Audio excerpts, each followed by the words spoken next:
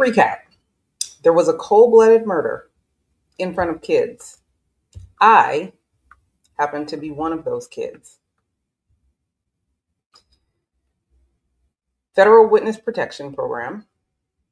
My mom and I spent time in a federal witness protection program after the murder happened, after she got out of the hospital, where she found out she was pregnant when she got shot.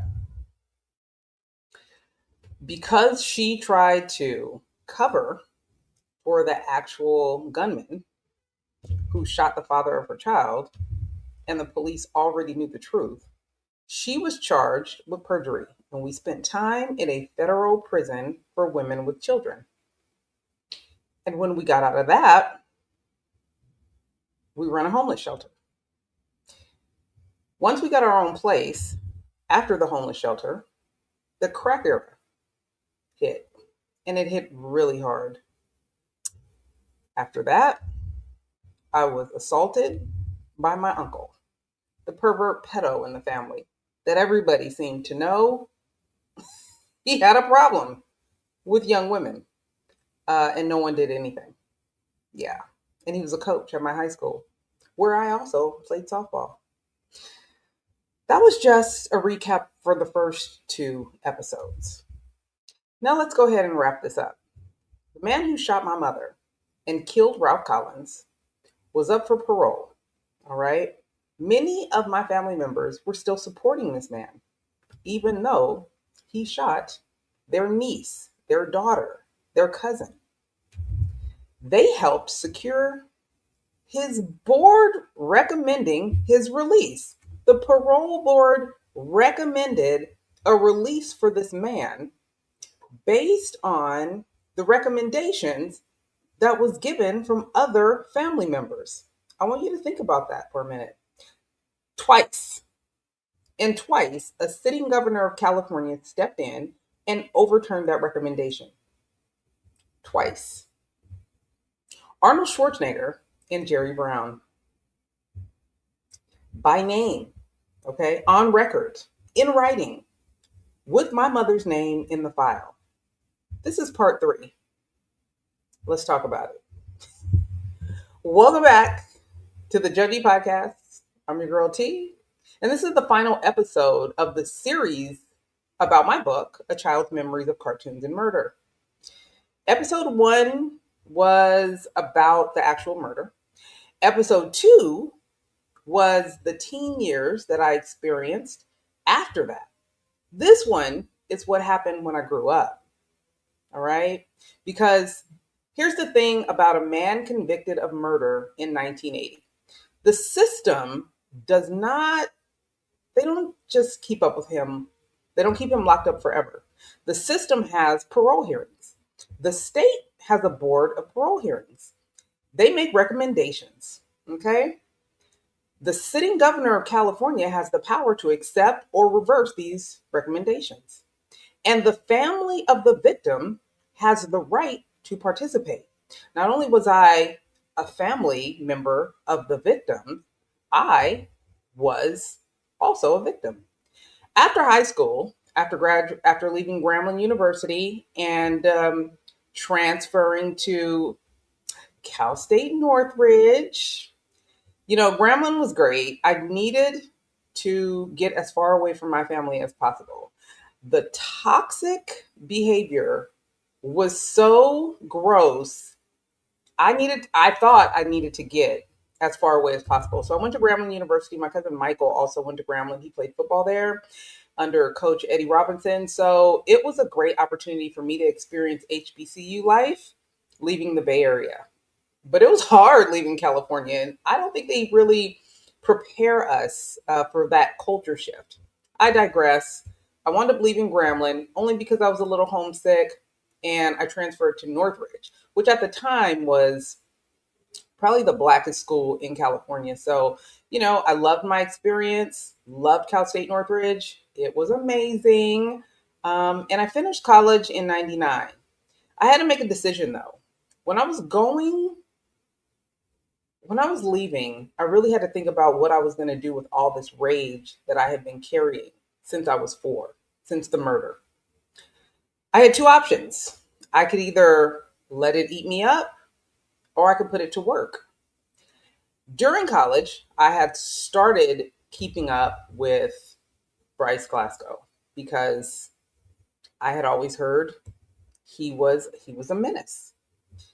So I took my rage, my anger, my unresolved issues from that childhood gun violence experience, and I decided to do some work.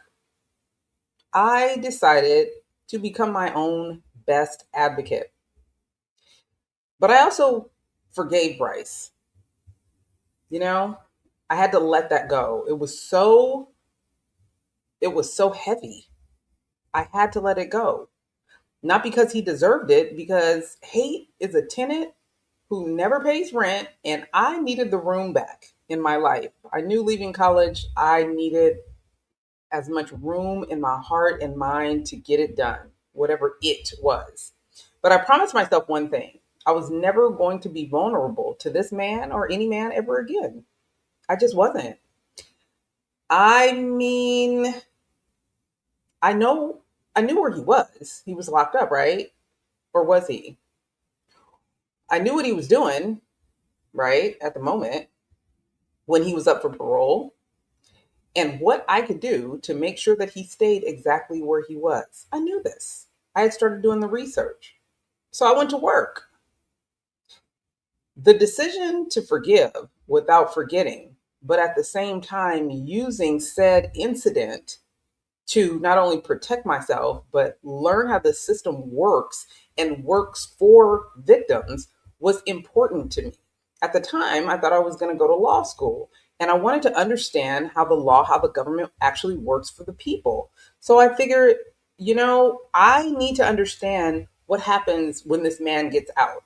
I need to understand if there's something I can do to keep him from getting out. I needed to understand this. I did. So I wound up registering with victim services. Most people in this country have no idea how parole works. They think once someone is convicted, that's it. That's the end of it. The whole situation is over. And it's not. That's not how it works. I had to teach myself the system. Nobody walked me through it. Nobody from victim services found me. I found them. When I finally called, they were shocked to hear from me. And this was early in my probably my senior year, my junior and senior year in college. I started doing the research to figure out what to do, right? So, victim services it was.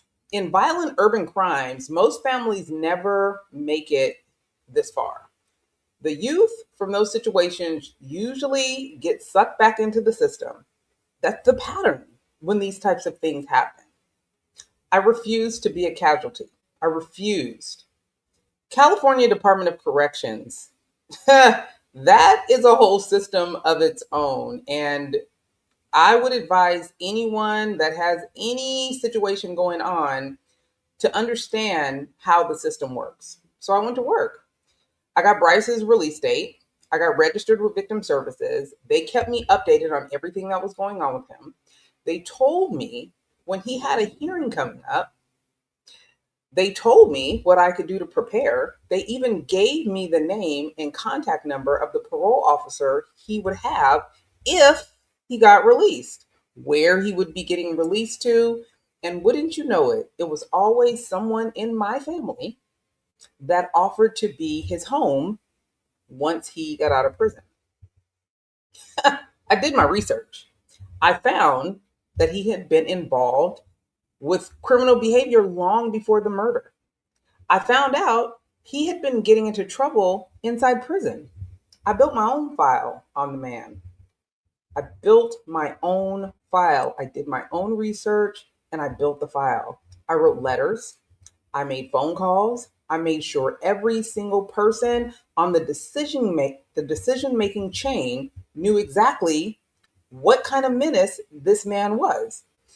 He was doing some other things while he was locked up, using people outside the prison cells to do his bidding.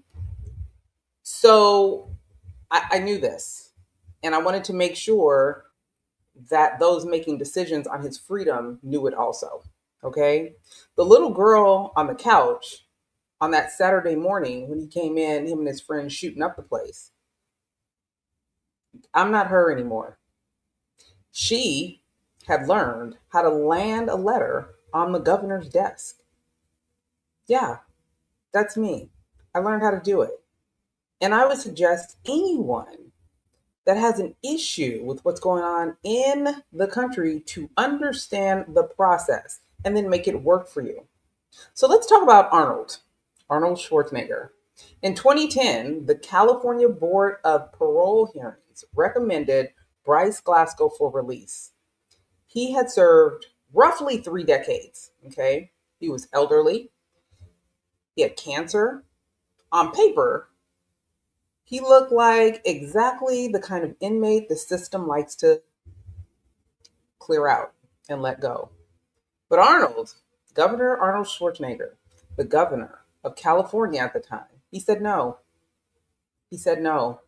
He relied in part on confidential inmate information. According to court documents and parole documents reported in the San Jose Mercury News and produced in my book, they're in there if you want to read them, those reports allege that Brice was selling his cancer pain medication to other inmates in 2008. Translation, the man could not keep his hands clean even with cancer.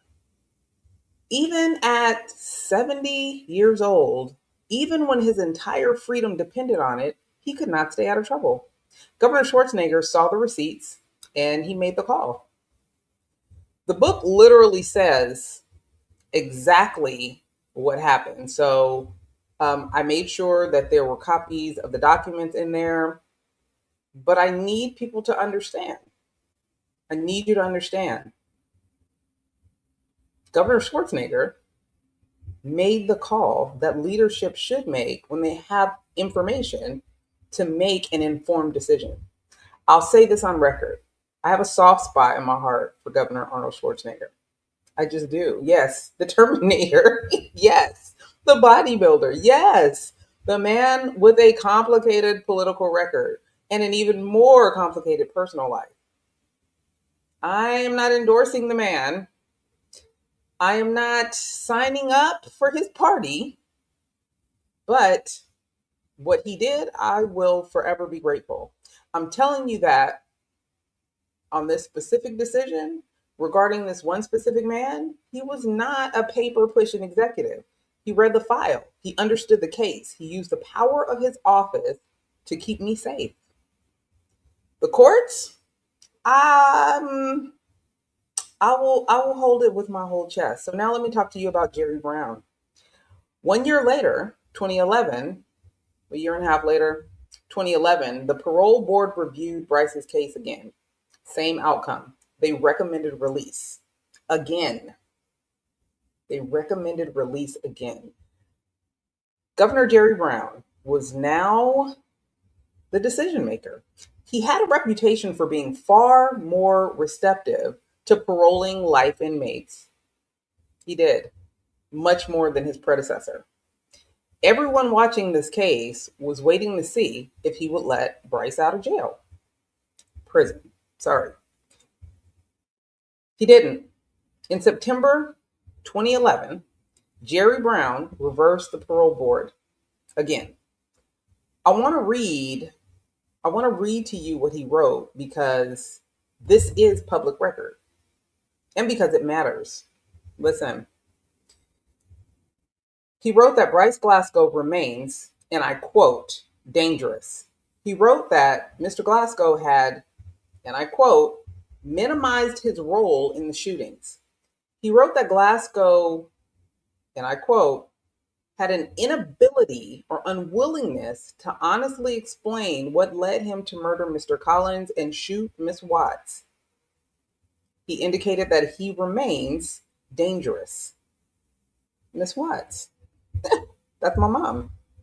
Sitting in a written decision from a sitting governor of California as a named victim. Do you know what it felt like when I finally read those documents? Because remember, This all happened while I was a child. So, as an adult, reading these documents really sent, oh God, shivers down my spine because they really could have let him out, even though he was still a danger to society. You know, think about that. Two governors, different parties, different politics, different personalities altogether. Same conclusion. The man is dangerous. He had not taken accountability and he does not get out. I was thrilled. Governor Schwarzenegger and Governor Brown both worked to keep this man behind bars. And I could not be happier about how our system worked. I mean, I don't know. Let me know your thoughts. I'd love to hear it. The Santa Clara County District Attorney's Office have repeatedly opposed his parole. Let me tell you something about Santa Clara County, okay? They don't play. Back then and today, that is on record too. That is on record. That is a receipt. Here's why I'm telling you all of this. This show is not just about my family. This is about how this country actually works and how regular people can learn to read it like a book. Most people will never read a parole reversal. Most people will never write a letter to a parole board. You just won't. Most people will never write a letter to a governor's office. Most people will never register for victim services. Praise the Lord. I don't wish that on anyone. Most people in violent urban incidents stay erased from the record their whole life. I refused. I need you to hear me. I refused. I learned how to read government documents because nobody was going to read them for me. I learned how to write letters that landed in the right hands because nobody was going to advocate for me. I learned how the system actually works because somebody in my family had to know. And it was me. I had to learn to protect myself with every tool available. And here's the part that ties this whole series together. And I want you to feel me on this, okay? I really do. The same little girl who was watching cartoons on a Saturday morning when her uncle and her friends came in spraying bullets and bullets started flying is the same teenager who survived a predator at her own safe place, at least she thought it was safe. The same young woman who built a victim services file is the same adult sitting on a Los Angeles County commission. And it's the same Tanya you are talking to right now. It's just this one woman. It's all one through line. The same. The connection from my childhood trauma to this commission cannot be missed. So I need you to take me seriously because I'm not playing at all when it comes to controlling your own narrative. Okay? It's very important. No matter what has happened to you in your life, you control your narrative. I want to close this series with the thing I most want you to take away from this. The little girl in that apartment in 1980 was erased from every single public document. Not one of the parole filings mentioned her. Not one of the news articles mentioned her. Not one of the legal documents even acknowledged her. As far as the official records in the system was concerned, she didn't even exist. But that little girl grew up. That little girl learned to read. That little girl learned how parole works. That little girl learned how to write. And that little girl became a communication strategist. Okay? I'm here. That little girl built a framework called the control platform. That little girl is sitting on a county commission and recording this podcast on a microphone right now. You can erase a child from the record. You can erase a child from the decisions that you make. You can erase a woman from a microphone or a picture or whatever, but you cannot erase the narrative that she builds for herself. This is the entire point of this show. This is the entire point of the book. This is the entire point of my control platform. Write yourself back into it. Whatever room they left you out of, whatever record they tried to erase you from, whatever story they decided was not about you, write yourself back in. You can do that. That is the assignment. That is what I do for my clients. That is what I do for myself. That is what I am asking you to do for you now. A Child's Memories of Cartoons and Murder. It's on Amazon, Barnes and Noble, wherever you buy your books at. Link is in the show notes. The San Jose Mercury News article, and now it's just called the Mercury News, but the article I just quoted is reproduced in full inside the book, along with everything else I told you across these last 3 episodes. And the parts I left out are in the pages of the book. Listen, thank you for rolling with me through this series. Next episode, we're back to the regularly scheduled program and a little judgy conversation, and I'll see you then. If you have an organization that you would like for me to come speak to, a youth group, let me know in the comments. I am happy to do it because controlling the narrative is mandatory. It's essential. If you don't control the narrative, the streets will, and not in your favor. All right, guys, it's your bro T, your chief controller, and I'll see you next time.